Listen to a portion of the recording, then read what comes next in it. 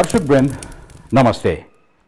लोकतान्त्रिक व्यवस्थामा देश सञ्चालनका लागि सत्तापक्षको जति भूमिका हुन्छ ठीक त्यति नै महत्त्वपूर्ण भूमिका प्रतिपक्षको पनि हुन्छ। संसदीय निर्वाचनमा बहुमत ल्याउनेले सत्ता सञ्चालनको जिम्मेवारी प्राप्त गर्छ भने अल्पमतमा रहनेको भागमा पर्छ विपक्षी बेन्च। लोकतान्त्रिक व्यवस्थामा सत्तापक्ष भन्दा पनि प्रतिपक्षलाई जनताको खास प्रतिनिधिका रूपमा हेर्ने र अपेक्षा गर्ने गरिन्छ। शासन सञ्चालनका क्रममा सत्तापक्षले जनताको इच्छा विपरीत पनि कैयौं निर्णय लिन सक्छ। जब सत्तापक्ष त्यसरी जनताले दिएको म्यान्डेट भन्दा फरक ढङ्गले चल्न खोज्छ त्यस्तो बेला उसलाई ट्र्याकमा ल्याउने काम प्रतिपक्षले गर्ने हो। सत्तापक्षको सम्बन्ध जनतासँग टुटिरहेका बेला जनताको साथी बनेर उभिने काम पनि प्रतिपक्षकै हो। तर हामी कहाँ प्रतिपक्ष के गरिरहेको छ? प्रतिपक्षका रूपमा नेपाली कांग्रेस सदनदेखि सडकसम्म जहाँ तहीँ असफल भएको आरोप लागिरहेको छ। देश र जनताको पक्षमा आवश्यक निर्णय लिन सत्तापक्ष पटक पटक चुकिरहँदा नेपाली कांग्रेस पनि कहीँ कतै देखिएन। पञ्चायती व्यवस्थालाई आज हामीहरू समाप्त गर्नलाई समर्थ हुनेछौँ भन्ने मलाई दृढ विश्वास छ।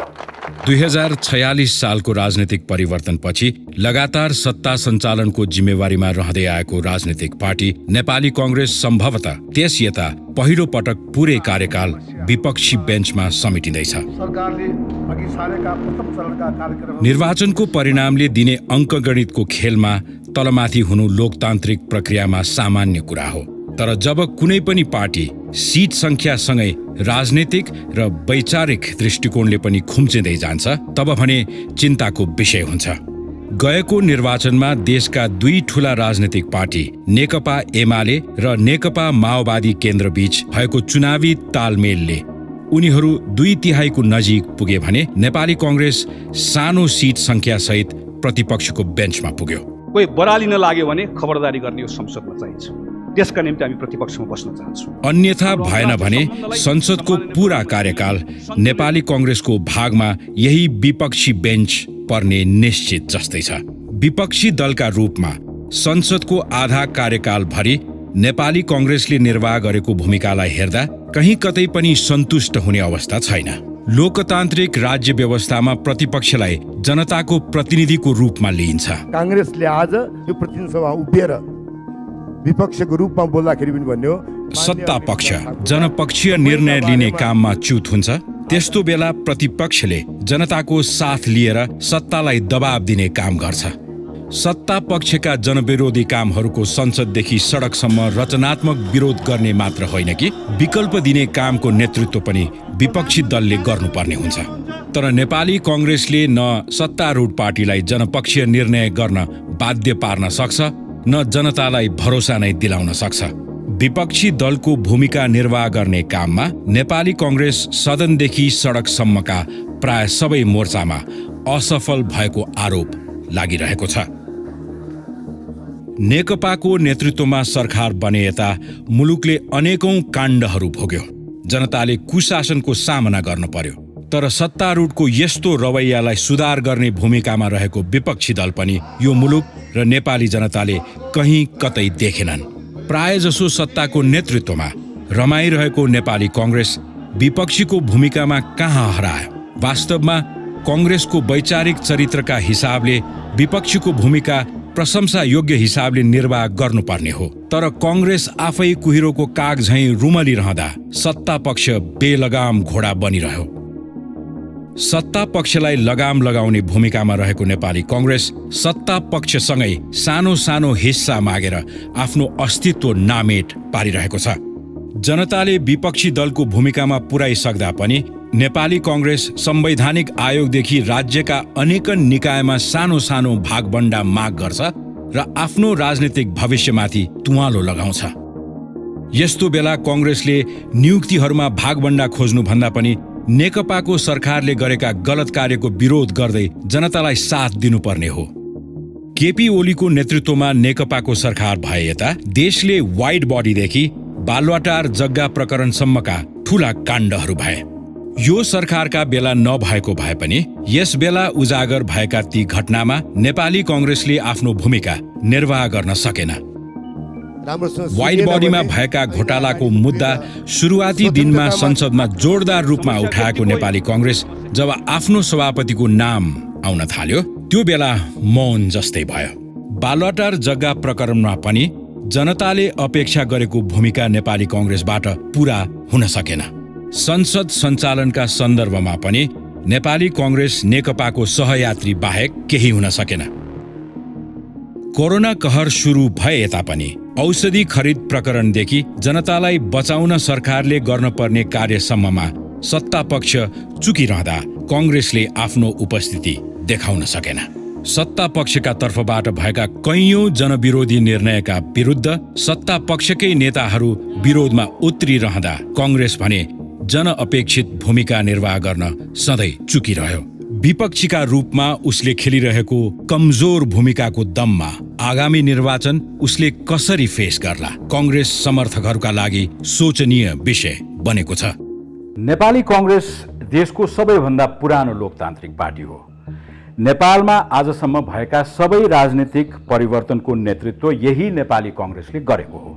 2046 र 2063 सालमा भएको परिवर्तनमा प्रत्यक्ष नेतृत्व गरेको कांग्रेसले संविधान निर्माणको समेत नेतृत्व गरेको थियो।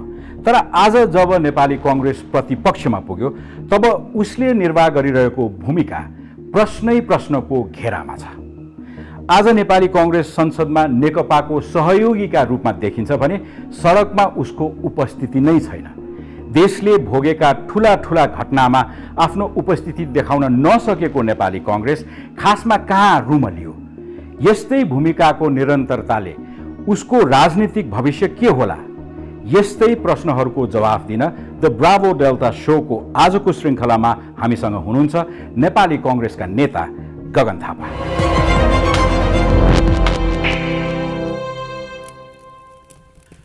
Gaganji, welcome to the Bravo Delta show. धन्यवाद। आज तपाईसँग यो कुराकानी गर्नलाई प्रिपेयर गर्नदाखेरि मलाई एउटा विभिडली यङ गगन थापाको ढुङ्गा हानिरहेको एउटा तस्बिरले मलाई जहिले पनि आकर्षित गरिरहेको हुन्छ। आज त कता कता दया माया फुल्न पनि थालिसक्यो Gagan ji. How do you look at your life from that day आजसम्म? धेरै बदलिएकै छैन। आफू पनि बदलिएको छैन, आफ्नो वरिपरि पनि बदलिएको छैन, बदल्ने त्यो चाहना पनि बदलिएको छैन, त्यो ऊर्जा पनि बदलिएको छैन। खालि एउटै कुरा के लाग्छ भने त्यतिखेर त्यसको 10, 12, 15 वर्ष पछाडिको नेपालको अवस्था योभन्दा धेरै उन्नत भइसकेको हुन्छ भन्ने ठुलो विश्वास थियो मनमा। थियो धेरै ठुलो। त्यो विश्वासले नै लिएर गएको हो, सडकमा तानेर लिएर गएको हो, त्यो आन्दोलनमा सबै कुरा छाडेर हो नि होमेको हो। त्यो बदल्नुपर्छ भन्ने मैले त्यो प्रेरणा ऊर्जा त गएको छैन। तर एउटा खालको कहिलेकाहीँ मैले भने जस्तै आफै सम्झँदै गर्दा म भन्छु, आफ्नै घरमा पनि कहिलेकाहीँ कुरा गर्छु, 12 वर्ष 15 वर्ष हामी नै भइसक्यो। तर वरिपरि हेऱ्यो, मान्छेको लाइफ हेऱ्यो, जसलाई हामी प्रतिनिधित्व गर्छौँ, उनीहरूको जीवनमा आएको बदलावहरू जे सोचेको हो त्यो त खासै बदलिएको छैन। त्यो कुराले चाहिँ नरमाइलो लाग्छ। आफ्नो भित्री मनको सत्य कुरालाई अगाडि पस्किनु भयो नि। तपाईँले रिप्रेजेन्ट गर्ने पार्टीले पनि त्यसरी नै सोच्छ कि सोच्दैन? पार्टीको एउटा मात्रै पक्ष वा एउटा मात्रै तत्त्व हुँदैन हैन। पार्टी भनेको एउटा फोकसको कुरा गरौँ मती एउटा सिङ्गो शरीर जस्तो हो। शरीरको हात, शरीरको खुट्टा, शरीर भनेको सबै कुरा रहने भयो। यसको त्यो मुटु, यसको मुख्य रक्त सञ्चार गर्ने भनेको पार्टीभित्रका यसका आम सदस्यहरूको त्यो सक्रियता, यी कुराहरू हो। तर तपाईँले भनिराख्दाखेरि मैले त्यसको जे कुरा बुझेँ त्यो के हुँदो रहेछ भने शरीरको सबैको अङ्गको आफ्नो महत्त्व छ। तर फेरि पनि टाउको दुईवटा कुरा हुँदो रहेछ। एउटा टाउकोले सोच्दो रहेछ, एउटा टाउको देखिँदो रहेछ। सो नेपाली कांग्रेसको शरीरका अरू सबै अङ्गहरू कसरी चलिरहेका छन्, के गरिरहेका छन्, कसरी सोचिरहेका छन् भन्ने भन्दा पनि मुख्य कुरा चाहिँ यसको टाउकोले के सोचिरहेको छ र टाउको कस्तो देखिन्छ भन्ने कुरा चाहिँ महत्त्वपूर्ण हुँदो रहेछ। एकैछिन, अँ। यो टाउको एउटै मात्रै छ कि धेरै टाउको भएको कारणले यो टाउको एउटा एनालोजी यहाँले प्रस्तुत गर्यो? यो एनालोजी प्रयोग गर्नुको मुख्य कुरा भनेको यसको लिडरसिप भन्छौँ नि हामी जसलाई। कहिलेकाहीँ त्यो लिडरसिप भन्दै गर्दा कहिलेकाहीँ एकजना नेताको मात्र हुन्छ, हामी कहिलेकाहीँ संसदको कुराकानी गर्दै गर्दाखेरि कहिलेकाहीँ समूहको हुन्छ। तर यसरी हेर्दै गर्दा मैले तपाईँको प्रश्नमा आउन खोजेको, यसरी हेर्दै गर्दाखेरि चाहिँ जति पोल्नु पर्ने हो नि यो पिपलको कुराले, जनताको कुराले, उसका दुःखले, उसका पीडाहरूले जति त्यसलाई पोल्नु पर्ने हो, जति घोच्नु पर्ने हो, जति त्यसलाई भित्रदेखि एक खालको उकुस मुकुस हुनुपर्ने हो, छटपटाट हुनुपर्ने हो, त्यो चाहिँ कता कता कहिलेकाहीँ म चाहिँ त्यो मिसिङ पाउँछु के। नेपालको आम राजनीतिक मेन स्ट्रिमै भनौँ न मा कङ्ग्रेसको उपस्थिति न्यून वा कतिवटा ठाउँमा त अनुपस्थित जस्तो पनि देखिने जुन दृश्य देख्छौँ नि पार्टी बाहिरबाट हेर्दाखेरि, नेपाली कङ्ग्रेस अहिले गरिरहेछ के त? नेपाली कङ्ग्रेसले अस्तिको निर्वाचन हामी हार्यौँ नि, जबकि त्यो निर्वाचनको बेलामा हामीले हेऱ्यौँ भने अघिल्लो निर्वाचन जितिसकेपछि जुन जुन जिम्मेवारी लिएर गएका थियौँ त्यो सबै जिम्मेवारी पुरा गरेर आएका थियौँ। त्यो बेलाको संविधान निर्माण गर्ने सबै कुराहरू, इलेक्सन गराउने, त्यो ट्रान्जिसनलाई व्यवस्थापन गर्ने कुरा थियो नि, त्यो सबै कुरा पछाडि त हामी त अनुमोदित हुनु पर्थ्यो। हामीहरू निर्वाचन हार्यौँ, दुईवटा पार्टी मिलेर एउटा पार्टी बन्यो, सङ्ख्याको कुरा एउटा पक्ष छ, तर त्यसलाई पनि जित्ने गरिकन हाम्रो नागरिकबाट हामी अनुमोदित हुनुपर्थ्यो, हामी भएनौँ भनिसके पछाडि नेपाली कङ्ग्रेसको जनतासँगको हामी जोडिने कुराहरूको समस्या अहिले मात्र सुरु भएको होइन, हामी अलिक अगाडिदेखि पछाडिदेखि हामीले फर्केर हेर्नुपर्ने हुन्छ। एउटा अर्को जुन सायद तपाईँले सोध्न खोज्नु भएको चाहिँ यही हामी जुन प्रतिपक्षीय जिम्मेवारीमा छौँ, यो प्रतिपक्षीय जिम्मेवारीमा आइसके पछाडि चाहिँ हामीसँग भएका अपेक्षाहरू पुरा गर्ने कुरामा हामी खरो उत्रिरहेका छौँ कि छैनौँ भन्ने अर्कोसँगै जोडेर आउने प्रश्न हो। अब मलाई दावा गर्न मन, तपाईँले सोधेको प्रश्नमा भन्न मन के छ भने हामी गरिरहेका छौँ, हाम्रो आफ्नो काम, प्रतिपक्षको भूमिका निर्वाह गरिरहेका छौँ भन्न मन छ। तर त्यो भनिरहँदाखेरि सँगसँगै मैले के पनि सोच्नुपर्ने हुन्छ भने आम नागरिकलाई त्यो लागिरहेको छ। सो म चाहिँ हामीले यो गऱ्यो भनेर धेरै त्यसको व्याख्या गर्ने भन्दा पनि आत्मनिन्दा पनि गर्ने होइन, हामी खत्तम भयो सक्यो भन्ने पनि होइन, त्यसलाई एकदम क्रिटिकल्ली हामी गरिरहेका छौँ भन्ने हामीलाई लागिरहेको छ, तर पिपललाई लागिरहेको छैन। उसले हाम्रो भूमिका जस्तो हुनुपर्ने त्यस्तो भएको पाइरहेको छैन। यो भनिरहँदाखेरि फेरि अहिले अर्को प्रश्न जन्माउँछ, हाम्रो भूमिका जस्तो हुनुपर्ने त्यस्तो भइरहेको छैन भनेर भनिरहँदाखेरि कस्तो भूमिका बनायो त? प्रतिपक्ष दलको नेपालमा त्यसको मानक के हो? हामी जस्तो हामी नेपाली काङ्ग्रेसको मानिसहरू हामी सरकारको कुरा गर्दै गर्दा बिपी गोइरालाले नेतृत्व गर्नुभएको सरकारको धेरै चर्चा गर्छौँ। नेपाली कङ्ग्रेसले आफ्नै कुनै एउटा कालखण्डमा यस्तो प्रतिपक्षीय भूमिका भनेर सोच्नु पर्ने कहिलेको सोच्ने ठाउँ पाउँदैनौँ। संसदीय प्रजातन्त्रमा सरकार वा सत्ता पक्षको केही परिभाषित भूमिकाहरू हुन्छ, प्रतिपक्षको पनि केही परिभाषित भूमिकाहरू हुन्छ। हामीले संसारभरिको हेऱ्यौँ भने दुईवटा तिनवटा कुरा देखिन्छ। एउटा सरकार स्वेच्छाचारी हुन सक्ने सम्भावना जहिले पनि हुने भएकोले त्यसलाई रोक्नका निम्ति अनेकन संवैधानिक प्रबन्ध गरिएको हुन्छ। फेरि पनि सबभन्दा मुख्य भूमिका राजनीतिक भूमिका नै हो जो प्रतिपक्षले निर्वाह गर्छ, होइन? सरकार बरालिन खोज्दै गर्दा त्यसलाई ठिक ठाउँमा ल्याउँछ। त्यति मात्र होइन, जहिले पनि नागरिकलाई आवधिक निर्वाचनसँग जोडेर के उसले प्रभाव दिइराख्छ भने यो एउटा अवधिको लागि हो है, यो यहाँ चुक्यौँ भने हामी छौँ नि त, अर्को पटक यसको निरन्तरता हुँदैन, यो तानासा त होइन नि, यो त बदलिन्छ नि। बदलिँदै गर्दाखेरि there is always a better choice, हामी छौँ नि त भनेर हामीले एउटा प्रतिपक्षले गर्छ। सार म एक लाइन भने सार के रहेछ भने उसँग के हुन्छ भने सरकारलाई प्रतिपक्षसँग जहिले पनि डर, नागरिकलाई जहिले पनि भर, यो डर र भरको सन्तुलन प्रतिपक्षको हो। अब हाम्रो सन्दर्भमा कस्तो अवस्था भइरहेको छ भने के सरकार हामीसँग डराएको छ? अनि के हो यही कुरामा सरकार हामीसँग नडराइराख्दाखेरि नागरिकले जुन भर गर्न सक्नुपर्ने प्रतिपक्षसँग त्यो भर गर्न नसक्दो रहेछ। सो सरकार हामीसँग किन डराइरहेको छैन त? यहाँबाट पनि हामीले हेर्नु पर्यो। यो कन्भर्सेसनलाई ठिक ठाउँमा ल्याउनु भयो। जसरी तपाईँको इन्डिभिजुअल रियलाइजेसन, यसलाई म तपाईँको पार्टीगत रियलाइजेसनको रूपमा पनि लिन चाहन्छु, किनभने सायद तपाईँका अन्य नेतागणहरूले पनि सिमिलर थट नै राख्नुहुन्छ होला। तर जुन अहिलेका अवस्थामा नेपाली जनमानससँग कङ्ग्रेसको जुन डिस्कनेक्ट देखियो नि, डर या भर, यसलाई जसरी भनौँ, त्यो किन भयो? हामीसँग कहिले यसको अनुभवै भएन, जसलाई अपोजिसनको अनुभव छैन। हामीले हाम्रो ओरिएन्टेसन हेऱ्यो भने पार्टीको तल्लो वडादेखि माथिको सभापतिसम्म हामी सबै हामीहरूको ओरिएन्टेसन कहिले पनि त्यो प्रतिपक्षीय राजनीति गर्नका निम्ति, त्यसको भूमिका निर्वाह गर्नका लागि सिक्ने, त्यसका निम्ति चाहिने सिप होला होइन, त्यसका निम्ति चाहिने के अतिरिक्त क्षमता होला, ती कहिले पनि हामी त्यसका लागि तयार हुनुपर्छ भन्ने ठानेर हामी बनेकै छैनौँ। त्यस्तो हुँदै गर्दाखेरि हामीले के मिस गऱ्यौँ भने त्यो प्रतिपक्ष राजनीतिमा चाहिने न्यूनतम कुराहरू के हो भन्ने खोज्ने भन्दा पनि हामीलाई हिजो सरकारमै भइरहेको कुराको धङधङी हामीसँग बाँकी रहिराख्यो। त्यो छ। एउटा उदाहरण दिन्छु। जस्तो सरकारमा बस्नेको जहिले पनि के हुन्छ, उसको वैधानिक पहुँच हुन्छ केमा, राज्यको स्रोतमा, शक्तिमा। उसले अनेकन अधिकार प्रयोग गर्छ, निर्णयहरू गर्न सक्छ, तलमाथि गर्न सक्छ। तर प्रतिपक्षको के हुन्छ, प्रतिपक्षको सबैभन्दा ठुलो शक्ति भनेको उसको उच्च नैतिक प्रदर्शनबाट उसले निर्माण गरेको जुन चाहिँ उसको आफ्नो एउटा व्यक्तित्व छ, त्यो व्यक्तित्वबाट आर्जन गरेको जनमत, विश्वास। त्यसले प्रतिपक्षले जहिले पनि के गर्छ, जहिले पनि म सुरुकै प्रश्न, जहिले पनि पिपुलसँग कनेक्ट गर्ने कोसिस गर्छ। त्यो सत्तासँग त्यहाँ साझेदारीको कुरा, भागभण्डाको कुरा, यी सबै कुराबाट पर जान्छ। हामी एज अ पार्टी नेपाली कङ्ग्रेसले अधिवेशनको नजिक पुग्दै गर्दा हामी आफूले प्रश्न गर्नुपर्ने चाहिँ हामी पिपुलसँग डिस्कनेक्टेड भइरहेका छौँ। यो डिस्कनेक्टले गर्दाखेरि त्यो जुन शक्ति हामीले प्राप्त गर्न सकिरहेका छैनौँ, त्यो शक्ति प्राप्त नगर्दै गर्दा सरकार हामीसँग डराइरहेको छैन।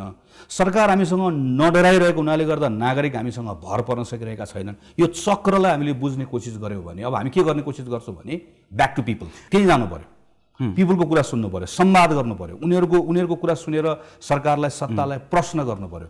पिपलले हेर्दै गर्दाखेरि दुईवटा देखिनु पऱ्यो कि एकातिर सरकार, एकातिर प्रतिपक्ष। Theoretically I agree.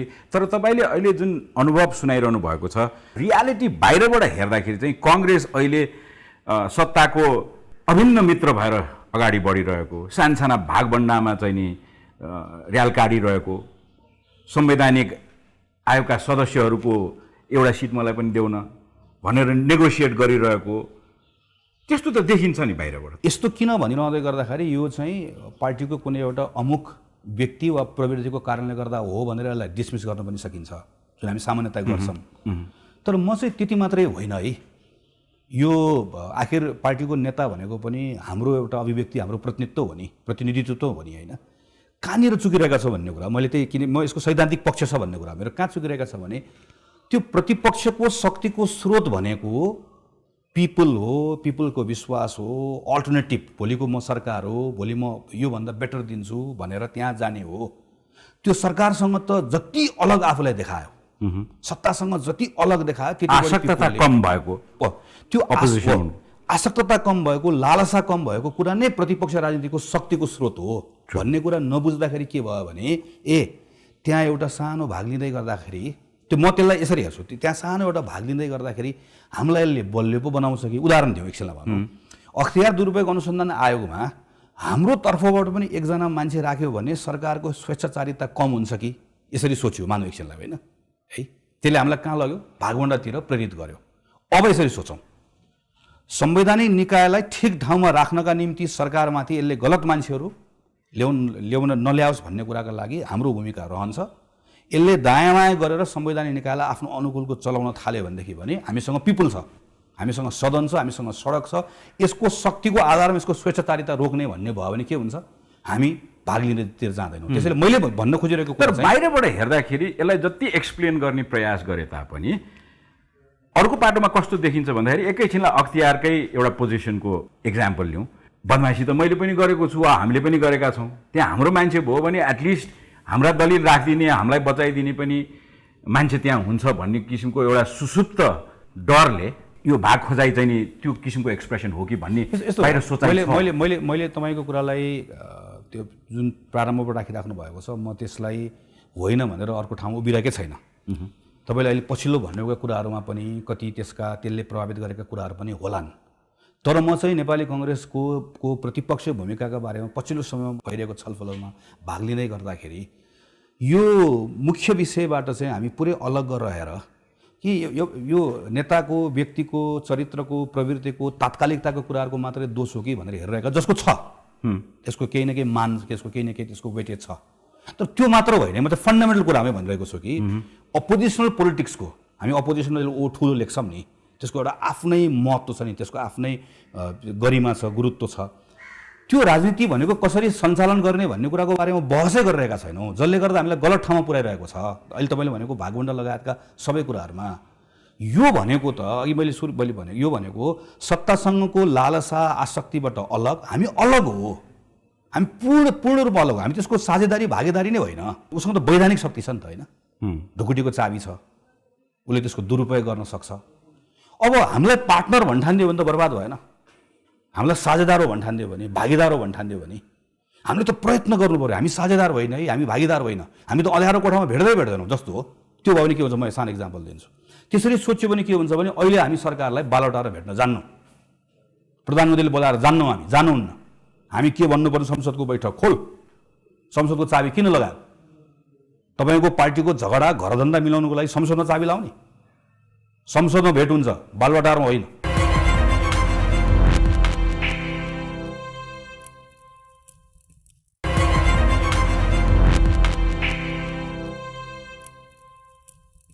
तपाईँको पार्टीको झगडा घरधन्दा मिलाउनुको लागि संसदमा चाबी लाउने, संसदमा भेट हुन्छ, बालबटारमा होइन। तपाईँले भन्नुभयो, तर नेतृत्व त त्यही जमघटहरूमा देखा पर्छ। किनभने मैले भनेको के जस्तो भने हामी कसरी सोचि नै रहेका छैनौँ। अब यस्तो भागवण्डीय बैठकहरूमा नेतृत्वलाई रोक्न सक्ने तागत, मोरल तागत कङ्ग्रेसमा किन हरायो? जसरी सत्तासँगको भागवण्डामा लाग्नुहुन्न प्रतिपक्ष, त्यस्तै गरिकन पार्टीभित्रको प्रतिपक्ष पनि फेरि चाहिँ पार्टीको सत्ताको संस्थापनको भागवण्डामा लाग्नु नहुने रहेछ कि, त्यसले कमजोर बनाउने रहेछ। तपाईँले भनेको जुन नैतिक बलको कुरा गर्नु, सायद त्यहाँनिरको एउटा कमजोरी त्यहाँनिर भएको छ हामीहरूबाट। जो पार्टीभित्र intra party opposition, intra party डेमोक्रेसीको एक्सर्साइज गर्ने बेलामा जसरी हामीले देशको कुरा गऱ्यौँ नि, अलग गराउनुपर्छ, टुवर्ड्स पिपुल हुनुपर्छ भने जस्तै पार्टीभित्रको प्रतिपक्ष पनि टुवर्ड्स कार्यकर्ता जानुपर्ने रहेछ, टुवर्ड्स पार्टी सदस्य। किन मैले 5 वर्षको लागि यो पार्टी सत्ता त गुमाएको हो नि त, होइन? यो तपाईँको व्यक्तिगत चेत हो कि पार्टीगत चेत हो? फेरि मलाई लाग्छ अब यो पार्टीभित्रको पार्टीको अन्तर्पार्टी प्रजातन्त्र सञ्चालन गर्ने कुराको सन्दर्भमा नेतृत्व अहिले मात्र आउँदैन, भोलि पर्सि पनि आउँछ। हाम्रो जस्तो पार्टीभित्र चाहिँ पार्टीभित्रको प्रतिपक्षले त्यो प्रतिपक्ष भूमिका निर्वाह गर्ने कुराको सन्दर्भमा त्यहाँ पनि त्यो लालसा आसक्ति, जस्तो 5 वर्षको लागि मैले पार्टी सभापति भनौँ न, म एकछिनलाई मानौँ म पराजित भएँ, आई हेभ टु एक्सेप्ट कि 5 वर्ष जित्नेले चलाउन पाउनुपर्छ, होइन? मेरो काम प्रश्न गर्ने हो, मेरो काम अहिले भने जस्तै विधि विधान उल्लङ्घन नदिने हो, बरालिन नदिने हो। यसलाई एकैछिन फेरि नेसनल पर्सपेक्टिभमै लिएर आउँ। तपाईँले जुन बरालिएको कुरा गर्नुभयो, द पार्टी इन पावर अथवा द गभर्मेन्ट, त बराले छ। यही कङ्ग्रेसको कमजोरी पत्ता लगाएरै होला सायद ऊ बरालिएको। संसदबाट निर्वाचित भएको करिब 2/3 नजिक भएको, होइन, एउटा सरकार छ जसको प्रधानमन्त्री ले यो लिबरल डेमोक्रेसीको यो रुल अफ इन्गेजमेन्ट जुन बनाएको छ नि हामीले हाम्रो कन्स्टिट्युसनबाट, त्यसलाई पटक्कै मान्नुहुन्न, होइन? यो वा अन्यथा प्रयोग गरिरहनु भएको छ भनौँ न। यो अन्यथा प्रयोग मात्र हो, त्यो रुल अफ इन्गेजमेन्ट मान्नुभएको छैन उहाँले, अन्यथा प्रयोग गर्नुभएको छ उहाँले, यत्रो समय हाम्रो फेर फालिराख्नु भएको छ, गभर्नेन्सको कुरामा बर्बाद छ, होइन? सबै एउटा पार्ट भयो। यति मात्र छैन, अपोजिसनको लिडरलाई बोलाएर भाग दिइरहनु भएको छ, यो पनि त यही आउँछ। यति मात्र छैन, नेपाली कङ्ग्रेस आज पार्टीले ल यो त एकछिनलाई मान्नुहोस् यो भइरहेछ, 2 वर्षपछि चुनाव हुन्छ, चुनावमा हामीहरू जाउँला, नागरिकले हिसाब किताब गर्लान् एकछिनमा। तर 2 वर्ष चुनाव हुन्छ भन्ने स्टेटमेन्टको पछाडि अब अलिक गएर हेरौँ त। प्रधानमन्त्री केपी शर्मा ओलीले नेपाल कम्युनिस्ट पार्टीबाट मार्फतबाट अहिले राज्य सत्ता जसरी सञ्चालन गर्नुभएको छ, के नेपाली कङ्ग्रेस एउटा कार्यकर्ता भएर म ढुक्क भएर भन्न सक्छु 2 वर्षपछि चुनाव हुन्छ भनेर? अथवा 2 वर्षपछि चुनाव हुँदै गर्दा उहाँले चुनाव भनेको कस्तो चुनाव गराउनुहुन्छ? किन भनिरहेको छु, यसको पछाडि फर्केर हेर्नुपर्ने हुन्छ। नेपालमा नेपाल कम्युनिस्ट पार्टीले चुनाव गराएको जम्मा एकपटक देखेको हामीले, कहिले देखेको भने वामदेवजीले गराउनुको स्थानीय चुनाव देखेको। त्यो सम्झिँदाखेरि त अहिले चाहिँ यहाँ यो मन कस्तो भएर आउँछ, वामदेवजीले गराएको त्यो पनि कोलिसन गभर्मेन्टमा बस्दा स्थानीय चुनाव, हामी त नेपाल कम्युनिस्ट पार्टीले गराउने चुनावको कुरा गरिरहेका छौँ। त्यसैले अहिलेको कुरासँग जोड्छु म, त्यसैले झन् नियमित अवस्थामा कन्स्टिट्युसनको सही ढङ्गले फङ्सन भएर त्योभित्र एउटा आवधिक निर्वाचनबाट एउटा पार्टी आएको यो पार्टीले सँग चुनाव लड्ने अर्को भन्ने कुरा हुँदाखेरि त हाम्रो भूमिका पुगेन भनिरहेको बेलामा यहाँ त नागरिकसँग शक्ति लिएर त्यसको बलमा इलेक्सन गराउनु पर्ने, त्यो पनि फेयर इलेक्सन गराउनु पर्ने, दबाव सृजना गर्नुपर्ने हाम्रो काँधमा चाहिँ त्यो ठुलो दायित्व आएको छ कि। गगनजी, तपाईँले जसरी एउटा हाइपोथेटिकल फियर जुन अगाडि सार्नुभयो नि, त्यसपट्टि मैले व्यक्तिगत रूपमा त सोचेको थिइनँ, तर तपाईँले त्यसलाई टेबलमा राखिसकेपछि यसलाई सिरियसली सोच्नु पनि पर्छ। तर at the same time leader of the opposition स्वतन्त्र निर्वाचन भयो भनेर अर्को हाइपोथेसिसमा टेकौँ न त। त्यति बेला चाहिँ नि तपाईँले अहिले दिइरहनुभएका दलिलहरूका आधारमा र कङ्ग्रेसलाई चाहिँ नि यसले अपोजिसनका रूपमा यसले यति धेरै कन्ट्रिब्युट गरेको हाम्रो प्रोसेसमा, अब चाहिँ नि अल्टरनेटिभ पार्टीका लागि आगामी निर्वाचनमा हामीले कङ्ग्रेसलाई नै चुन्नुपर्छ वा रोज्नुपर्छ भन्ने वातावरण पार्टीले कहाँ बनाछ? जस्तो एज अ पोलिटिकल पार्टी हामीले एउटा राजनीतिक पार्टीले कुन सिद्धान्तको चस्मा लगाएर जीवनलाई, जगतलाई हेर्छ, संसारलाई हेर्छ भन्ने कुरा उसले बताइराख्नुपर्छ, होइन? त्यसैले यो बेलामा देशभित्रका संसारभरिका मुद्दाहरूमा नेपाली कङ्ग्रेसको धारणा के हो, यसले कसरी हेर्छ, यसको हामी वैचारिक पक्ष भन्छौँ, एउटा कुरा हो, होइन? त्यसपछिको अर्को कुरा भनेको चाहिँ अहिले यो बेलामा यसले पाएको भूमिकाले न्याय गरे कि गरेन। अहिले हामीले पाएको भूमिका त अपोजिसनको हो। अहिले त हामीलाई अब यो बेलामा पिपलले हाम्रो बारेमा सोच्ने भनेको, हाम्रो बारेमा मूल्याङ्कन गर्ने भनेको हामीले हिजो के गर्यौँ भन्ने आधारमा होइन, आज हामीले के गरिरहेका छौँ भनेर हेर्ने हो नि त। एउटा यो र प्रतिपक्षको वर्तमानको मूल्याङ्कन केमा पनि हुन्छ भने यसले भविष्यप्रतिको आशा देखाइरहेको छ कि छैन भन्नेमा पनि हुन्छ। म कसरी राख्छु, 2079 चुनाव हुन्छ, इस्लाम मानुस, फेयर चुनाव हो तपाईँले भनेअनुसार भयो। त्यो बेलामा चुनावमा नेपाली कङ्ग्रेसलाई म गएँ, नागरिकसँग भोट माग्न गएँ। मैले भोट माग्न जाँदै गर्दाखेरि मैले दुईवटा कुरा भन्न पाउनुपर्छ। गएको 5 वर्ष सरकारले यो गरेन त म भनिहाल्छु, तर त्यो बेलामा मैले यो गरेँ पनि त भन्नु पऱ्यो। त्यसपछि अबको 5 वर्ष म यो गर्छु भन्ने कुराको त्यो सपना र त्यो प्रतिको विश्वस्त हुने आधार पनि मैले दिन सक्नुपर्छ, अल्टरनेटिभ, होइन? योभन्दा बेटर मान्छेले अब खोज्ने कुरा त डेलिभरी नै भयो। के भनेर हुँदैन भने 2015 सालमा बिपी कोइरालाले डेलिभरी गर्नुभएको थियो, 49मा 48 सालमा गिरिजाले गर्नुभएको थियो। यसरी हामीले त्यो होइन, हामी 2080मा के गर्छौँ, 81मा के गर्छौँ, कसरी गर्छौँ, फेरि जुन कुरा हामीले पहिला गरेनौँ, पहिला गरेको के कुरा चाहिँ गर्छौँ, पहिला गरेको के कुरा चाहिँ छोड्छौँ भनेर हामीले भन्न सक्ने आधार भयो भने पो बल्ल त्यो एन्टी इन्कम्बेन्सी भनेको त्यही त होला नि। तर 76-77कै परिदृश्यमा जाउँ न त। अहिलेको नेकपाको 2/3 करिबको शक्ति भएको सरकारले गल्ती यो गर्यो, हामीले यहाँ सच्यायौँ भन्ने नै सबैभन्दा चाहिँ नि नजिकको चाहिँ कसी होला नि भोटर्सहरूलाई। यस्तो जानुहोस्, जस्तो यही पार्लियामेन्टभित्र अहिले नेपाली कङ्ग्रेस पार्टीको यसको प्रयत्न, यसको उपस्थिति, होइन, यसको प्रयास नहुने हो एकछिनलाई भन्नुहोस् भने सरकारले अहिले प्रस्ताव गरेका विधेयकहरू कानुन भनेको कल्पना गरे एकपटक, चाहे त्यो आम सञ्चारको क्षेत्रमा होला, चाहे त्यो नागरिक अधिकारको क्षेत्रमा होला, चाहे त्यो यो व्यापार व्यवसायको क्षेत्रमा होला, सबै कल्पना गरे एकपटक। काङ्ग्रेसको साइज त सानो छ, तर त्यहीँभित्रको प्रयत्नबाट यसले ती कानुन बनाउन चाहेका ती मनसुबाहरूलाई यसले ध्वस्त बनाइदियो, होइन?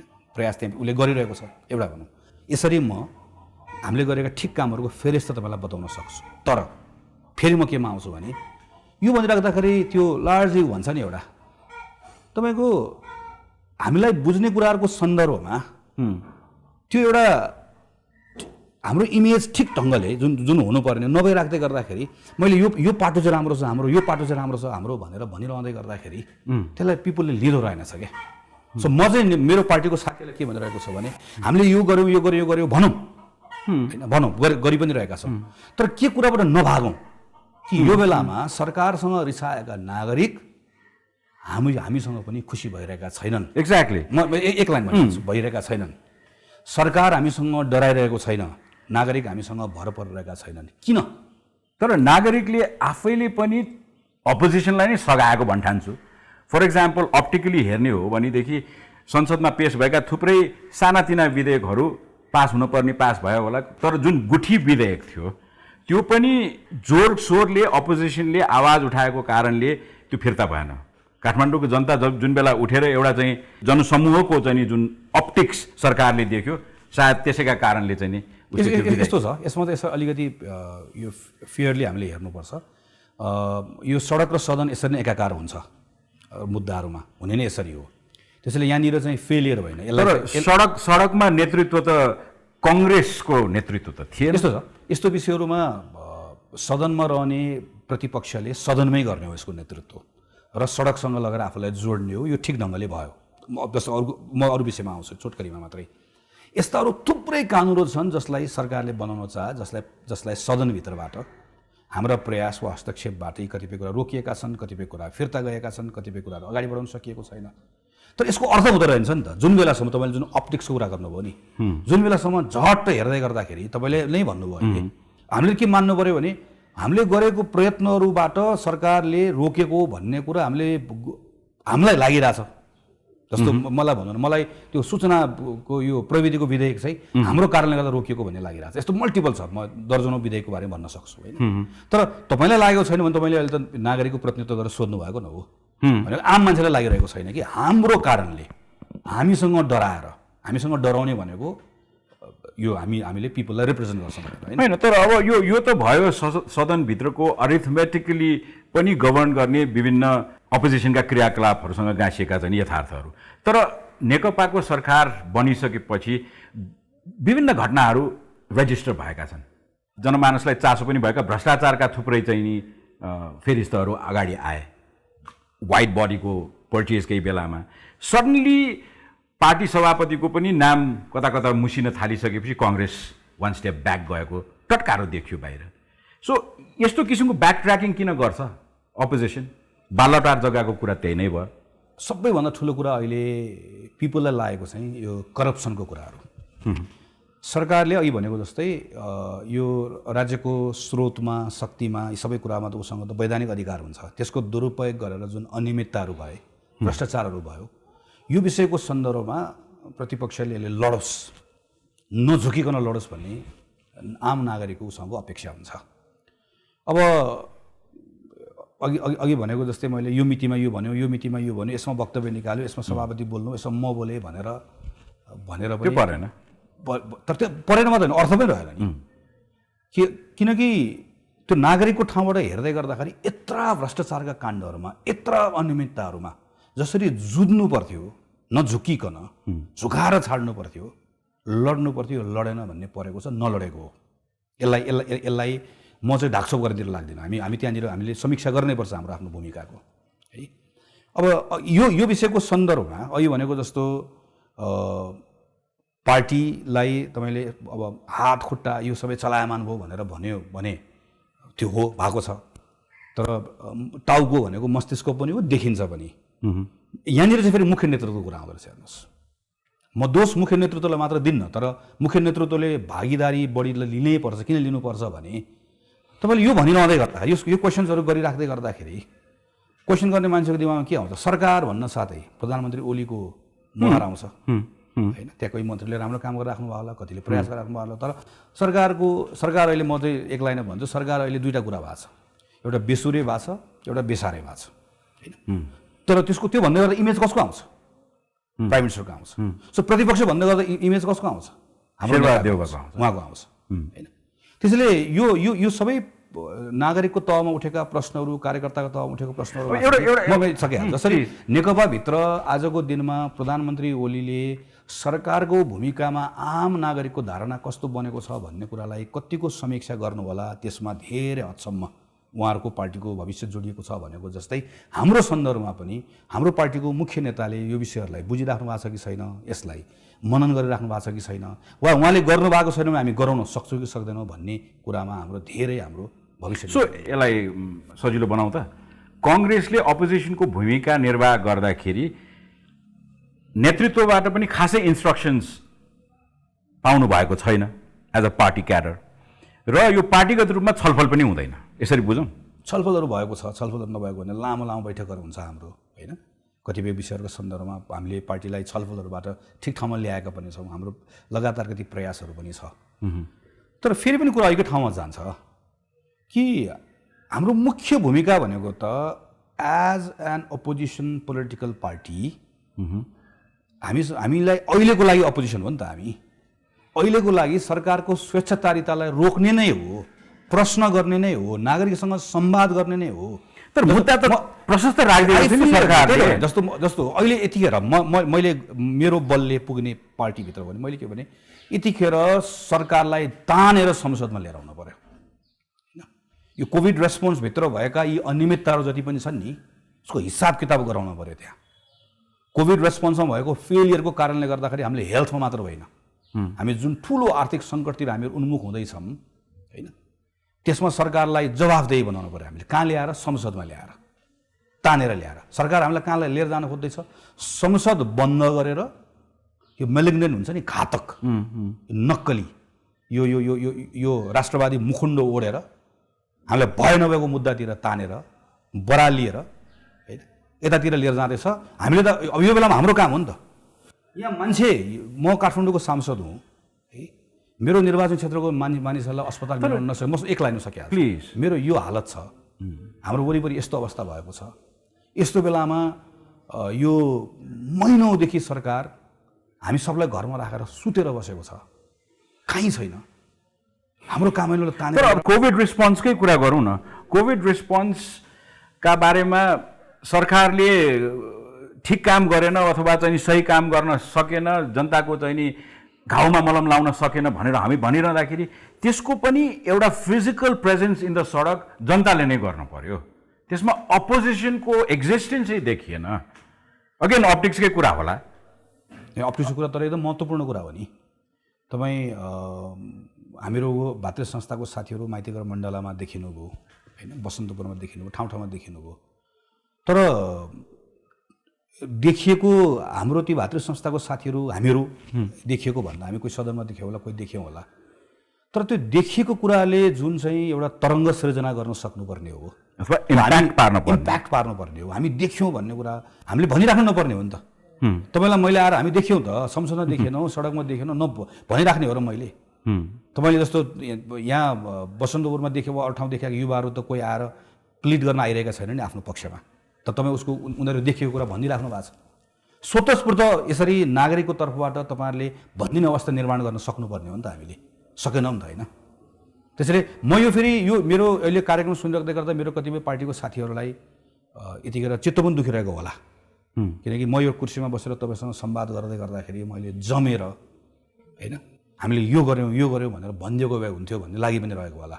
तर क्षमा गर्नु होला, म यो किन भनिरहेको छु भने मेरो मनभित्र भएको कुरालाई म दबाउन चाहिरहेको छैन। किनभने यो हामीहरूको भूमिकाका सन्दर्भमा हामीले कठोरतापूर्वक, म एक लाइन सक्छु, निर्ममतापूर्वक समीक्षा गऱ्यौँ हामीले। अहिलेको मात्र होइन, अलि अगाडि मैले भने जस्तो र एकजना व्यक्तिको बारेमा मात्र होइन, हामी कहिले काहीँ बडो सजिलोसँग पन्चिन्छौँ। स्वाभाविक रूपमा लिडरका जिम्मेवारी पनि बढी हुन्छ, दोषको कुरा पनि बढी आउँछ, तर त्यो होइन। एज अ पार्टी नै हामीहरू कहाँ चुकिरहेका छौँ। अर्को पार्ट पनि छ, जस्तो यो गभर्नेन्सको पार्ट, डेलिभरीको पार्ट एउटा भयो। अर्को कहाँनिर छ हाम्रो समस्यामा ठुलो समस्या देख्छु भन्दाखेरि हामी प्राइभेट पब्लिक कन्भर्सेसनमा जाँदै गर्दा, नागरिकसँग संवाद गर्न जाँदै गर्दाखेरि हामीले के भन्छौँ? अस्तिको घोषणापत्र हामीले एकपल्ट हेऱ्यौँ भने संविधान बनाएर आएको कुरामा हामीलाई गौरव छ। 12 बुँदे समझदारी गरेर हिंसाको राजनीतिबाट माओवादीलाई फिर्ता ल्याएकोमा गौरव छ। गिरिजाप्रसादको नेतृत्वमा 12 बुँदे समझदारी, सुशीलको नेतृत्वमा संविधान, शेरबहादुर देउवा निर्वाचन भनेर भन्छौँ, हामी भाषण गर्छौँ। प्राइभेट कन्भर्सेसनमा दुईवटा काङ्ग्रेस बस्यो भने फेरि के गर्छौँ? बर्बाद भयो नि, त्यो गल्ती गऱ्यौ नि, बिपीको बाटो छोड्यौ नि, हामी त पुरै बराल्यौ नि होइन। यो पलडा कता भारी छ त?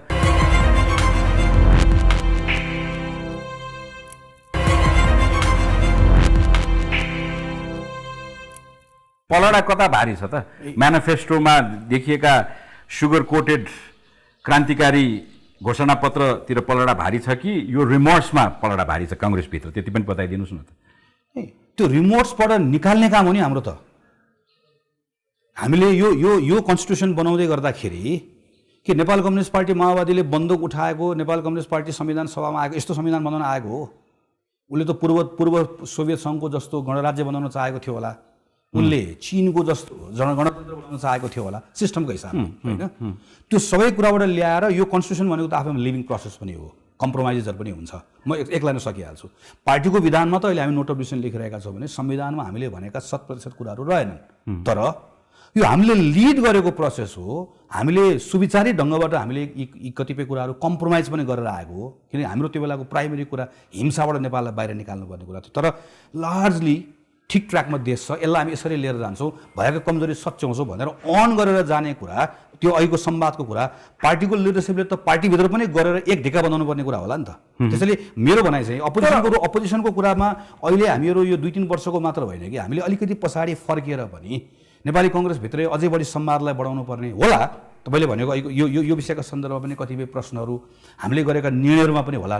खुला छलफल गरौँ न बरु पार्टी। ठिक छ, किन यो पब्लिकमा एउटा प्राइभेटमा एउटा। गगनजी, म तपाईँलाई एउटा यङ भाइब्रेन्ट पोलिटिकल एक्टिभिस्टदेखि फलो गरिरहेको एउटा मान्छे हो। तपाईँलाई याद होला आजभन्दा 10-12 वर्ष अगाडिदेखि हाम्रो यो कन्भर्सेसन सुरु भयो। त्यसपछि तपाईँलाई म एकदम क्लोजली फलो गरिरहेको छु। खुसी पनि लाग्छ, कहिलेकाहीँ दुःख पनि लाग्छ, युवा नेताको पनि हाम्रै जस्तो कपाल फुल्न थालिसक्यो।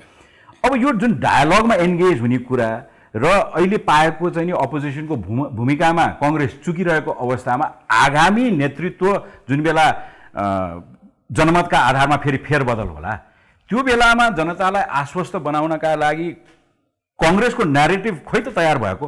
तपाईँहरूको पुस्तान्तरण हुन खोजिरहनु भएको छ कि पुरानै नेतृत्वलाई कन्टिन्यू गर्नका लागि चाहिँ नि यो एक्सर्साइज भइरहेको छ कि? यसको क्ल्यारिटी त अब तपाईँको पार्टी, तपाईँको आइडियोलोजीसँग चाहिँ नि विश्वास गर्ने प्रत्येक युवा जसको भविष्य भूतभन्दा भविष्य लामो छ, त्यो जमातले त एउटा क्लियर पिक्चर त देख्ने बेला भयो नि गगन। एकदम। र हामी अहिले ठ्याक्कै हामीले यो अधिवेशन, हाम्रो लागि यो अधिवेशन त्यस कारणले गर्दा अरू नियमित अधिवेशनभन्दा फरक छ। धेरैले अधिवेशनको कुरा गर्न साथै तपाईँ के हुने, को सभापति हुने, हाम्रो छलफल यसमा केन्द्रित भएको छ। तर हामी त्यो सबै छलफल अहिले पन्छाएका छौँ। हामी के हुने भन्ने कुरा गौण कुरा हो। हामी नेपाली कङ्ग्रेसलाई फेरि एकपटक सान्दर्भिक बनाउन चाहन्छौँ। यसलाई फेरि एकचोटि ब्याक टु पिपल भनेर मैले जुन कुरा भने नि अहिले, हामी political parties are not a bottle of whisky. जति मेच्योर भयो त्यति राम्रो हुने त होइन। It has to be as fresh as water. Yes. तर त्यो फ्रेसनेसका लागि तपाईँहरू किन म यसमा आउँदैछु। तर पोलिटिकल पार्टी फेरि के पनि हो भने पोलिटिकल पार्टी कहिलेका हामी के भन्न फेरि हामी धेरै पर पुग्छौँ भने पोलिटिकल पार्टी भनिसकेपछि त्यसका केही विचारधाराको एउटा धरातल हुन्छ। त्यसो अलग गरेर राजनीतिक दल हुँदैन, होइन? त्यो विचारधाराको पक्षलाई एउटा पिपलले काङ्ग्रेससँग आफूलाई जोड्दै गर्दाखेरि त्यो काङ्ग्रेस भनेको लिडर भन्नुको अनुहार आउनुभन्दा पहिला त्यसको थट प्रोसेस के हो, त्यसले विषयलाई कसरी हेर्छ, होइन? त्यसले कुनै यो त समयसँग परिवेशसँग, अहिले यो समय र परिवेशका विषय र मुद्दाहरूलाई कसरी हेर्छ भन्ने कुराको क्ल्यारिटी। अहिले मैले भने यो नेपालभित्रको संविधान जुन हाम्रो लिडरसिपमा बनाएर आएको छ, यो संविधानलाई कार्यान्वयन गरेर लिएर जाने कुराको म लिड गर्छु भन्ने कुराको क्ल्यारिटी, होइन? त्यस पछाडिको अर्को महत्त्वपूर्ण कुरा भनेको डेलिभरी। हामी अहिलेसम्म डेलिभरी गर्ने कुरामा जसरी चुक्यौँ, त्यो चुकेको कुरा अब यो अधिवेशनको लगत्तै पछाडि 2079को नेसनल इलेक्सन आउँछ। त्यो नेसनल इलेक्सनबाट निर्वाचित भएर आएको नेपाली कङ्ग्रेसले 5 वर्षको जुन समय छ, 5 वर्षको समयमा नेपाललाई यो एक्स बिन्दुबाट वाइ बिन्दुमा, त्यो भनेको प्रश्न भन्नुपर्छ वाइ बिन्दु भने के हो? एक्स र वाइ त नेपाली पोलिटिक्समा तपाईँको पार्टीमा त क्लियर छ। एक्स इज एक्स पूर्व, वाइ इज द युथ।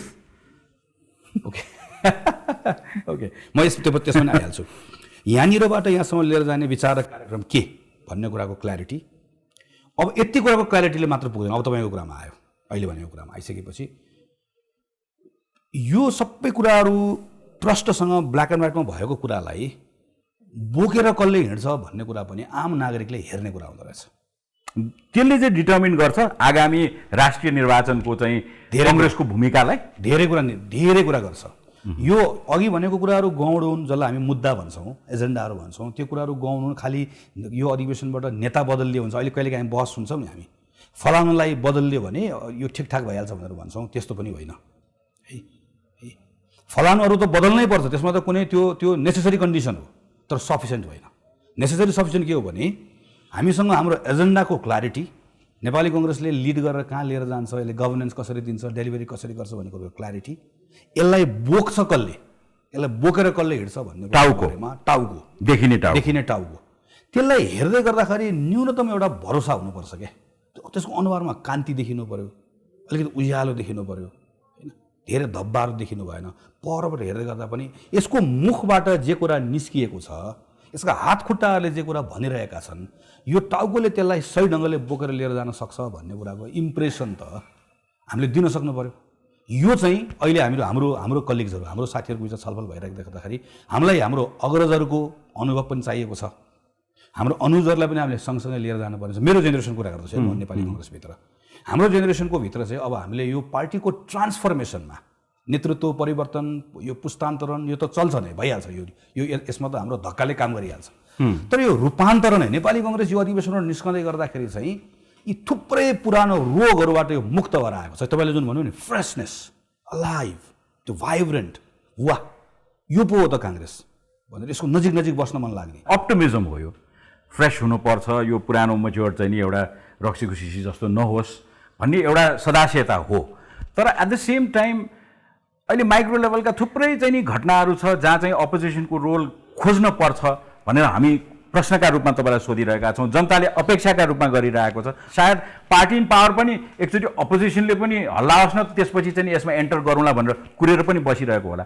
तर बाहिरबाट हेर्दाखेरि चाहिँ नि जति रङ डुइङ छ सरकारका तर्फबाट वा सरकारले जिम्मेवारी लिनुपर्ने, त्यसमा कुनै न कुनै तरिकाले अपोजिसन नेपाली कङ्ग्रेस पनि कुनै न कुनै तरिकाले एन्ट्याङ्गल्ड जस्तो देखियो। त्यो नेसनल रङ डुइङमा अथवा एउटा शब्दै प्रयोग गर्ने भ्रष्टाचारका मुद्दाहरूमा स्पेसली रुमर मात्रै त होइन होला, जनताले ठ्याक्क भन्नसाथ सम्झने काण्डहरू छन्। ती सबै काण्डहरूमा प्रतिपक्ष बोल्यो, आफ्नो विरोध दर्ज गर्यो होइन, आफ्नो असहमति प्रकट गर्यो, तर नागरिकले चित्त बुझेको छैन। उसले त्यसलाई टुङ्गोमा पुर्याउने गरिकन यसको सकेन नि। दुधको दुध पानीको पानी भन्छ नि, दुधको दुध पानीको पानी भन्ने कुरामा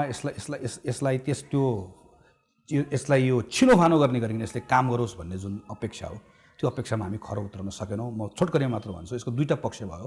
एउटा तात्कालिक हामीले देख्ने गरेको हाम्रो लिडरसिप होइन, काम गर्ने तरिका यो एउटा भयो। तर एउटा अर्को मैले सुरुदेखि भनिरहेको छु, एउटा सैद्धान्तिक पक्ष पनि छ। त्यो भनेको चाहिँ अपोजिसनको सोर्स अफ पावर भनेको सरकारसँग टाँसिएर आउँदैन, सरकारको मात्रै आउँछ।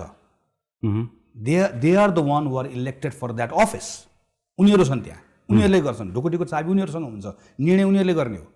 हामी योसँग अलग्ग रहेर त्यो अनासक्ति होइन, लालसाबाट मुक्त भएर अलग्ग पर बसेर उसलाई अपोज गर्ने, क्वेसन गर्ने, नागरिकसँग संवाद गर, सरकारलाई प्रश्न गर, सरकारलाई जवाफ देऊ भनेर भन। यो भूमिका हो है हाम्रो। नजिक त पर्नै हुन्न हामी कहिलेकाहीँ राष्ट्रिय सहमति भन्छौँ नि। राष्ट्रिय सहमति भनेको मैले यहाँलाई म सकाएँ र राष्ट्रिय सहमति भनेको त रुल अफ गेम्समा हो नि त। रुलमा पो सहमति हो त। गेम आफ्नो पार्टको स्पोर्ट्स खेल्नु पऱ्यो, आफ्नो पार्ट खेल खेल्नु पऱ्यो। यो कुरामा यो चाहिँ म सिङ्गो नेपाली कङ्ग्रेसको कुरा गर्दैछु। हाम्रो पार्टीमा छलफल हुँदै गर्दाखेरि किन हामी भूमिकामा खरो उत्रन सकेका छैनौँ? तपाईँ यहाँको कुरा गरिराख्नु भएको छ, म त गाउँपालिकाको भनिरहेको छु। तल गाउँपालिकामा हामी चुनाव हारेका छौँ है, त्यहाँ पनि यस्तो भ्रष्टाचारको काण्ड भएको छ।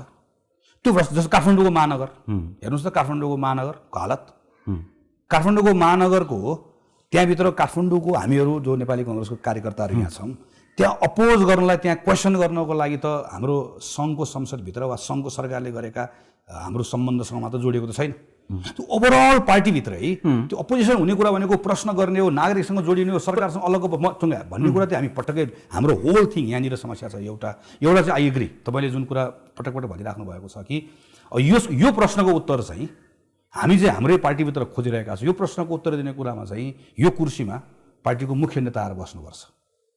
नेपालमा जुन संस्थागत भ्रष्टाचारको कुरा गरिन्छ नि, यो 10 वर्ष अगाडि बीजारोपण गरेका भ्रष्टाचारका बिउहरूले अहिले एउटा वृक्षको रूप लिइरहेको कारणले गर्दाखेरि कङ्ग्रेस पनि त्यसको कुनै न कुनै पार्ट एन्ड पार्सल भएकोले त्यसको बेनिफिट रिप गर्नका लागि कमजोर सुनिएको छ, अपोजिसनको भूमिका निभाइरहेको छैन भन्ने एउटा न्यारेटिभ। र अर्को चाहिँ नि कोभिड रिस्पोन्सका बेलामा सरकारले यो गरेन ऊ गरेन, आफ्नो ठाउँमा सरकारले गर्नुपर्ने कामहरूमा धेरै ठाउँमा चुक्यो, अधिकांश ठाउँमा चुक्यो। तर अपोजिसनले पनि त त्यसलाई प्रोएक्टिभली त्यो बाहिर लिगबाट बाहिर गएको सरकारलाई ल्याउन केही पनि गर्न सकेन नि, रमिते बाहेक केही बनेन भन्ने एउटा भेमेन्ट क्रिटिसिजम छ नि। त्यसलाई चाहिँ Congress as an opposition party कसरी हेर्छ? तपाईँले प्रश्नमा भनेको जस्तै कतिपय कुराहरू होला, कतिपय कुराहरू अनुमानका कुराहरू होला, लागेका कुराहरू होला। तर अनुमान र लागेको कुराहरूमा अब यति त्यो जनमानसमा त्यो यति गहिरोसँग स्थापित भइसकेको छ कि अब नेपाली कांग्रेसको पार्टी नेतृत्व हामीले विगतसँग अलिकति त्योसँग अलग गर्न सक्यौँ भने हाम्रो पार्टीलाई हामीले पुनर्स्थापित गर्ने कुरामा मद्दत पुग्न सक्छ। नभएदेखि त घुमिफिरिकन लामो समय सरकारमा बसेर आएको पार्टी भएको हुनाले गर्दा अनेक प्रश्नहरू जोडिएर आउने भयो एउटा पक्ष। तपाईँको दोस्रो एकदमै महत्त्वपूर्ण प्रश्न चाहिँ यो जुन प्रोएक्टिभ हुने कुरा छ नि, त्यसले चाहिँ मैले त्यो चाहिँ नेपालमा संसारभरि के अपोजिसनको कुरा जहिले पनि के हो भने सरकारले गरेका नीतिहरू, निर्णयहरू, कार्यक्रमहरूको त्यसलाई निरन्तर रूपमा त्यसमा प्रश्न उठाउने, आलोचना गर्ने, जसले गर्दा उसले सुधार पनि गरिराख्नु परोस्, नागरिकलाई तत्काल बेनिफिट भइहाल्यो। नागरिक पार्टीलाई चाहिँ के बेनिफिट हुन्छ अपोजिसनलाई भने पिपुलले एउटा इम्प्रेसन पाउँछ, ए यो भएको भए त यस्तो गर्थ्यो, यसपालि नेपाल कम्युनिस्ट पार्टीको सरकार नभएर नेपाली कांग्रेसको सरकार भएको भए कोभिड रेस्पोन्समा यो डिफ्रेन्ट पो गर्ने रहेछ। मको छोपौँ एउटा भन्नुहोस्। गगन थापा एकचोटि स्वास्थ्य मन्त्री पनि भइसकेको थियो। एकैछिनलाई छोटकरीमा यो यदि तपाईँकै लिडरसिपमा कोभिड रेस्पोन्स गर्नु परेको भए what would have been different? तपाईँ के फरक गर्न सक्नुहुन्थ्यो? यही सिस्टममा बसेर, यही कर्मचारीहरूको साथ लिएर, यही इन्फ्रास्ट्रक्चरको चाहिँ नि बलमा, यत्तिकै बलमा अहिले उपलब्ध भएको जति साधन स्रोत छ, यो सबै कुराहरूकै आधारमा यसको यो हाम्रो हेल्थ सिस्टमले अहिलेको कोभिड रेस्पोन्सलाई यसलाई जुन गर्नु रेस्पोन्स छ योभन्दा अर नेक्स्ट लेभल भन्छ नि, त्यसको एउटा फर्मुला छ, सिम्पल त्यति मात्र अहिले भन्छु। त्यस फर्मुला के हो भने कोभिड रेस्पोन्सको संसारभरिको लडाइँबाट के कुरा सिकेर डिफ्रेन्टली हामीले गरेको हुन्थ्यौँ भने यसमा भाइरसभन्दा पछाडि दौडिने होइन, रियाक्सन दिएर पछाडि दौडिने, पहिला घटना हुन्छ रियाक्ट गर्ने होइन, प्रोएक्टिभली प्रमाणका आधारमा, विज्ञानका आधारमा त्योभन्दा पहिला गएर तयारी गर्ने, प्रिपेयर्डनेस भन्छ नि। मैले के फरक गर्थेँ होला भन्ने हाइपोथेटिकल्ली यो प्रिपेयर्डनेसको कुरामा केही पनि नगर्ने, गफ गर्ने, विश्वको अवैज्ञानिक अप्रमाणिक कुराहरूको पछि लाग्ने, अनि घटना भइसकेपछि प्रतिक्रिया दिने, गएको 6 महिनाको हाम्रो रेस्पोन्स त्यही हो। जस्तो एउटा इक्जाम्पल, मैले प्रधानमन्त्रीलाई जतिखेर अब भारतबाट नेपालीहरू नेपाल आउँछन्, सिमानामा क्वारेन्टिनको काम गर्नुपर्छ है भनेर भनिरहेको बेलामा प्रधानमन्त्रीले त्यो कुरा मात्र सुन्नु भएको भए आज काठमाडौँमा जुन सङ्क्रमण फैल्यो भनेर भन्छौँ नि, काठमाडौँको सङ्क्रमणको चेन पहिल्याउँदै जाउँ त कहाँबाट मिस भएको थियो, सबै चेन त्यही भारतबाट आउँदै गर्दाको हाम्रो साथीहरू जो आउनै पर्थ्यो, आउँथे, उनीहरूलाई मिस गर्दाखेरि यहाँ मिस भयो है। त्यो कहिले भनेको थिएँ मैले? त्योभन्दा 2 महिना अगाडि, जतिखेर हामीसँग प्रिपेयर्ड गर्नको लागि। तर अब बाटो छ कि एक लाइन सकिहाल्यो, अब पनि बाटो छ। तर अहिले पनि हामी के गरिरहेका छौँ? अहिले पनि हामी ढाकछोप, अप्रमाणित कुरा, मैले 2-3 दिन अगाडि प्रधानमन्त्रीको सुने अन्तर्वार्ताहरू, म आइएम सरी टु से, दुःखका साथ भन्नुपर्छ, नेपालको प्रधानमन्त्रीको अहिलेकै कोभिडको बुझाइ हो र उहाँ यसरी नै गर्नुहुन्छ भने उहाँले हामी सबैलाई डुबाउनुहुन्छ, उहाँले ठुलो दुर्घटनामा नेपाललाई पुर्याउनुहुन्छ। तर बुझेका मान्छेहरूले त यो बेसार बहसलाई यति ठुलो बनाउँदैन थियो होला नि। उहाँले बेसारको कुरा गर्नुभयो, तपाईँहरू त्यही बेसारको पछाडि लागेर धेरै समय सदनमा पनि तपाईँहरूको बेसार जोहारी हामीले सुनेकै हो।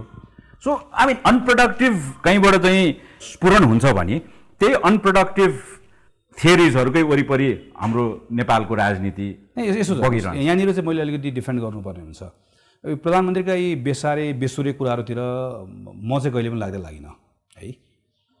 यसको खास हामीले गर्नुपर्ने कुरा, मेरो as a member of parliament मेरो जिम्मेवारी पनि हो त्यो होइन। मैले अघि पनि भने कि आफूले यस्तो हुनु पर्थ्यो भनेर लागेको कुरा सरकारलाई भन्ने हो। त्यो बताउँदै गर्दाखेरि नागरिकलाई मैले भनेको त एज अ अपोजिसन पार्टी हामीले त्यो कोसिस पनि गरिरहेका हुन्छ कि योभन्दा बेटर यस्तो हुन सक्थ्यो भन्ने बताउने कुरा, भोलि हामी यस्तो गर्छौँ भनेर भन्ने कुराहरू हामीले कोभिड रेस्पोन्सको बेलामा सरकारलाई ठिक ट्र्याकमा ल्याउने कुराका निम्ति अधिकतम गर्ने प्रयासहरू गरिरहेका छौँ होइन। यो अपर्याप्त छ म मान्छु, तर मैले के कुराको सन्दर्भमा भन्दैछु भने सबै कुराहरूको बावजुद जिम्मा लिएर बसेको त अहिलेको गभर्मेन्ट भयो। अपोजिसनले रोल गर्यो गरेन एउटा पार्ट भयो, जिम्मा लिएर बसेको अहिलेको गभर्मेन्ट हो। गभर्मेन्टको लिडरसिप त्यसको टाउको त हो, ले के सोचिरहेको छ, के देखिरहेको छ। हामी अप्टिक्सको कुरा गरिरहेका छौँ, प्रधानमन्त्री कस्तो देखिनु भएको छ, म देखेकोतिर गइनँ। प्रधानमन्त्रीले के सोचिराख्नु भएको छ कोभिड रेस्पोन्स हो भन्ने उहाँको सोचाइ, उहाँको बुझाइ, उहाँको गराइ हेर्दाखेरि चाहिँ म साँच्चीकै तर्सिएको छु। उहाँले हामीलाई पब्लिक हेल्थको पनि ठुलो क्राइसिस हामी त्यसको निकट हामी गइसक्यौँ। जुन चाहिँ फेरि अहिले पनि जुन तपाईँले सोध्नुभयो नि, अहिले पनि फेरि ठिक ढङ्गले अलिकति गर्ने हो भने, सिस्टम कसरी बनाउने भन्ने ढङ्गले सोच्ने हो भने हाम्रो कोभिड रेस्पोन्स नेक्स्ट लेभलमा पुग्छ। हामीसँग त्यति रिसोर्सेस छ अहिले, हिजो नभएको रिसोर्सेस अहिले उपलब्ध छ, तर पटक्कै भइरहेको छैन। त्यसैले अहिलेको कुरामा आउँछु म। त्यसैले यो बेलामा अब बाहिर बोलेर नहुँदै गर्दा तानेर फेरि कहाँ लिएर जानु पर्यो, पार्लियामेन्टमा लिएर जानु पर्यो। संसदमा सरकारलाई तानेर संसदको ढोका खोल भन्ने प्रोसेस चाहिँ त्यो दौराको फेरो कहाँसम्म तानेर पुर्याउनु भयो त? संसद खुल्छ? खुल्दैन। कोभिडै डिटरेन्ट होला सायद है। मुख्य कुरा पार्लियामेन्ट त अपोजिसनको हो नि त। त्यो पार्लियामेन्टलाई पार्टी के अरे प्रधानमन्त्रीले यसरी चाहिँ झापझुप बन्द गरिँदै गर्दाखेरि हाम्रो वक्तव्यको औपचारिकता मात्रै भयो कि। यसमा त मेरो एकदम यो एक सूत्रमा के छ भने हामीले प्रधानमन्त्रीसँग संसदभन्दा बाहेक तपाईँसँग हामी संवादै गर्दैनौँ, तपाईँसँग भेट्दैनौँ भन्ने हामीले पोजिसन लिन सक्नु पर्थ्यो, अहिले पनि पर्छ। सकिसकेका छैन त्यो। नियमित अवस्थामा संसद बन्द गरेको भए हुन्छ, सरकारले नै गर्ने हो, उहाँको हक अधिकारको कुरा हो। विशुद्ध रूपमा आफ्नो पार्टीभित्रको धन्दा मिलाउने कुराको लागि गरिरहँदाखेरि हामी त कस्तो बेलामा संसद बन्द भयो थाहा छ? संसद खुलेको भए त्यसको भोलिपल्ट हाम्रो नेता बालकृष्ण खाँडले प्रस्तुत गर्नुभएको प्रस्तावमाथि प्रधानमन्त्रीलाई बोलाएर बुदामा छलफल गराउने भनेर हाम्रो संसदमा प्रस्ताव दर्ता भएर बसिरहेको बेलामा सदन उहाँले बन्द गरिदिएर उहाँ आफ्नो कामधन्दामा लाग्नुभयो। अब यो सदन जहिले खुल्ला हो गगनजी, तर म एउटा तपाईँको विभागीय एक्सपर्टिज, तपाईँको एक्सपिरियन्स, पूर्व स्वास्थ्य मन्त्रीका हैसियतले एउटा जनमानसमा अहिले जुन कोभिडले ल्याइरहेको जुन त्रास छ र एउटा भयावह स्थितितिर हामी उन्मुख छौँ भन्ने एउटा मान्छेले जेनरली गरिरहेको कुराकानीलाई चाहिँ तपाईँ कसरी आश्वस्त बनाउन सक्नुहुन्छ? अहिले सरकारले लिएको नीतिमै टेकेर पनि लाइनलाई फ्ल्याटन गर्न सक्छौँ वा समाधान गर्न सक्छौँ भने आश्वस्त बनाउन सक्ने स्थितिमा हुनुहुन्छ तपाईँ? सक्दिनँ र म नसक्ने कुरा गर्दिनँ। म दुईवटा कुरा भन्छु। एउटा, अपोजिसन पार्टी हामीहरूले आफ्नो बारेमा समीक्षा गर्नु पर्यो, अरू सबै तह र तब्काबाट सरकारमाथि दबाब बढाउँ। सरकार बदल्न सकिन्न, बदल्ने पनि होइन, गर्ने उहाँहरूले नै हो। मद्दत पनि गरौँ, दबाब पनि बढाउँ, ठिक ट्र्याकमा ल्याउँ। सरकार बरालिएको छ, तर यो कोभिडको लडाइँ चाहिँ फेरि सरकार एक्लैले पनि सक्दैन। मेरो तपाईँकै यो कार्यक्रम मार्फतबाट आम नागरिकलाई अपिल पनि हो, म आफैले अनुभव गरिरहेको छु कि यत्रो प्रमाणित भइसक्यो कि तपाईँ सामान्य यो प्रिकसनरी प्रिभेन्टिभ मेजर्सहरूबाट आफूलाई जोगाउन सकिन्छ भन्ने कुरा प्रमाणित हुँदै गर्दाखेरि पनि हामी ती कुराहरू गरेर हामीहरू चाहिँ आफूलाई मद्दत गरिरहेका छैनौँ कि पटक्कै पनि नागरिकको तहबाट। त्यसैले नागरिकको तहबाट दुईवटा कुरा गरौँ भन्ने हो। एउटा, यो हामीले गर्नुपर्ने जुन चाहिँ यतिखेर प्रेस्क्राइब्ड जुन व्यवहार छ त्यो व्यवहार गरौँ, सरकारमाथिको दबाब बढाउँ, नागरिकले दिएको त्यो भोइसलाई, अपोजिसनलाई त्यसलाई सङ्गठित गरौँ, सरकारमाथिको दबाब बढाउँ, सरकारलाई ठिक ट्र्याकमा ल्याउँ। त्यो ठिक ट्र्याकमा आएर गरेको उस कामहरूबाट आएको परिणामको लाभांश हामी सबैले पाउँछौँ। बाँकी कुरा बाँकी समयमा गरौँला, अलि अप्ठ्यारै बेलामा अलि अप्ठ्यारै किसिमको सेटमा यहाँलाई निम्ताउनु पर्यो। यहाँ आइदिनु भयो, यहाँको विचारका लागि धेरै धेरै धन्यवाद। धन्यवाद।